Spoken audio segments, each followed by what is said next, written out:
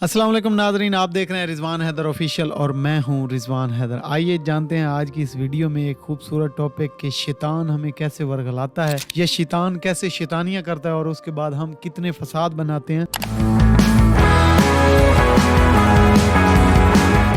Main मेरा कहने का मकसद ये है कि शैतान सिर्फ हमें हल्की सी आंच देता है, उसके बाद जितनी जंगल में आग लगाई जाती है, ये जितनी फैलाई जाती है या जितना उससे नुकसान होता है वो सारा कुछ हम करते हैं। और अल्हम्दुलिल्लाह हमें ये करके बहुत फख्र भी महसूस होता है और हमें बहुत खुशी होती है इस चीज की।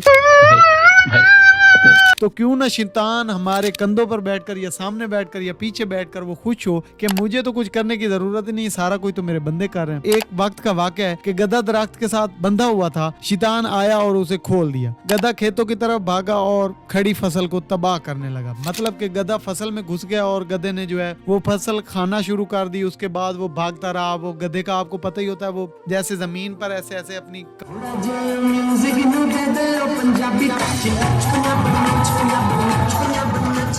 कमर रगड़ रहे होते हैं या वो कुछ इस तरह की हरकतें कर रहे होते हैं, वैसे ही सेम उसने करते करते वो जो है फसल तबाह कर दी। जब किसान की बीवी ने देखा तो उसने गुस्से में गधे को मार डाला। साफ सी बात है कि किसान की एक साल की मेहनत होती है तो उस पे पैसे भी लगे होते हैं, उनका खून पसीना लगा होता है, तो उसने गधे को डंडे मारे और गधा वहीं पर मौके पर आप ये कहें कि मर गया। तो गधा तो मर गया। गधे की लाश देखकर गधे के मालिक को भी बहुत गुस्सा आया और उसने किसान की बीवी को गोली मार दी। मतलब कि आप ये देखें कि जस्ट शैतान ने क्या किया, उसने गधे को खोल दिया। उस गधा गया खेतों में जाके उसने खेत खराब किए, तो किसान की बीवी ने गधे को मारा और जो गधे का मालिक था उसने आके किसान की बीवी को मार दिया। किसान अपनी बीवी की मौत से इतना परेशान हुआ कि उसने गधे के मालिक को गोली मार दी। जब गधे के मालिक की बीवी ने अपने शौहर की मौत की खबर सुनी तो गुस्से में उसने अपने बेटों को हुक्म दिया कि वो सामने किसान का घर है, जाओ उसको जला दो, उसे मार दो, किसान जिंदा नहीं रहना चाहिए, उसने तुम्हारे बाप को मार डाला, उसने तुम्हारे गधे को मार डाला। तो बेटे शाम को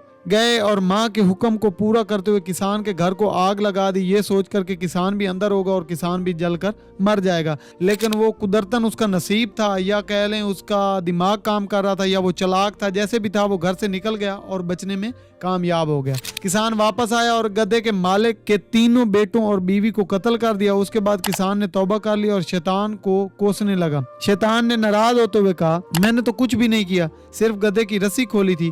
लेकिन सब ने रद्द अमल जाहिर किया। रद्द अमल के जवाब में और ज्यादा शदीद रद्द अमल जाहिर किया, अपने अंदर की खबासत को बाहर आने दिया। अगली बार जवाब देने, रद्द अमल जाहिर करने और किसी से बदला लेने से पहले रुक जाएं और एक लम्हे के लिए ये जरूर सोचें कि कभी कभी शैतान हमारे दरमियान सिर्फ गधा छोड़ देता है और बाकी काम हम खुद करते हैं। कुछ गधे जो हैं वो हमारे कुछ मुनाफिक रिश्तेदार होते हैं और कुछ गधे जो हैं वो रोजाना टीवी चैनल्स पर हम देखते हैं और कुछ गधे जो हैं वो फेसबुक पर गधे छोड़ दिए जाते हैं और वो जनाब फेसबुक पर आकर गलत पोस्टें लगाते हैं या झूठी खबरें शेयर करते हैं और हम उनकी बात मानकर उस पोस्ट को आगे शेयर करते हैं, जबकि हमें पता ही नहीं होता प्रॉपरली कि ये खबर सच्ची है या झूठी है। हमें उसको बगैर इन्वेस्टिगेट किए या बगैर उसकी कंफर्मेशन किए वो खबर शेयर नहीं करनी चाहिए। मैं सोशल मीडिया पे देख रहा था कि किसी ने पुरानी आयात को रिलेटेड ऐसी कोई बात की हुई थी और शेयर की हुई थी और नीचे लिखा हुआ था कि आपको अल्लाह का वास्ता, आपको अल्लाह के प्यारे रसूल का वास्ता कि आपने ये पोस्ट 10 लोगों तक जरूर शेयर करनी है। अब मुझे एक बात की समझ नहीं आती कि उस पोस्ट को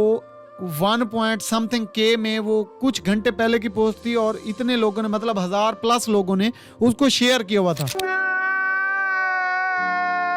वो क्या था? वो एक गधा था जो शैतान ने छोड़ दिया। ठीक है, उसने पोस्ट की और पोस्ट भी उसको प्रॉपर पता ही नहीं, उसको प्रॉपर चीज की गाइडेंस ही नहीं है, उसको पता ही नहीं है कि ये बात हकीकत है या झूठ है और उसने वो पोस्ट फैलाई और नीचे उसने जनाब क्या कर दिया, ऐड कर दी एक चीज कि आपको कसम है फलां की आपने ये पोस्ट इतने बनों तक लाजमी शेयर करनी है। और वैसे ही बेवकूफ हम कि हमने ना पढ़ा, ना सोचा, ना समझा, ना उसको देखा, हमने उस पर रद्द अमल जाहिर कर दिया।